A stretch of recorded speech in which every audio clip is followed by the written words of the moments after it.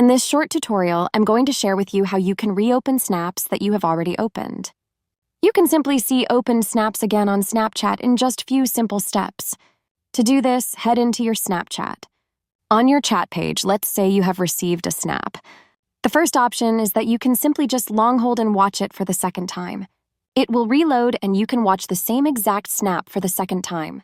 If you would like to see a sent snap that you have already opened 2 times, just tap on your profile icon. Then click on the settings icon.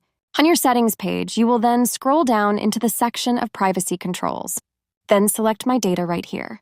To avoid your data file being complicated, you will have to unmark these other options and only select Chat History Data. Then go ahead and tap on Next. Make sure you enter your exact email address and then tap on Submit. Under certain privacy laws, you have the right to know the categories of personal information that Snap has collected about you.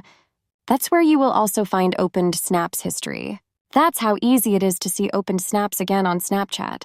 Your personal data usually takes 24 hours to get ready. If you have any questions, just let me know in the comments section down below. Please don't forget to leave a like, share, and subscribe for more informative tutorials like this one.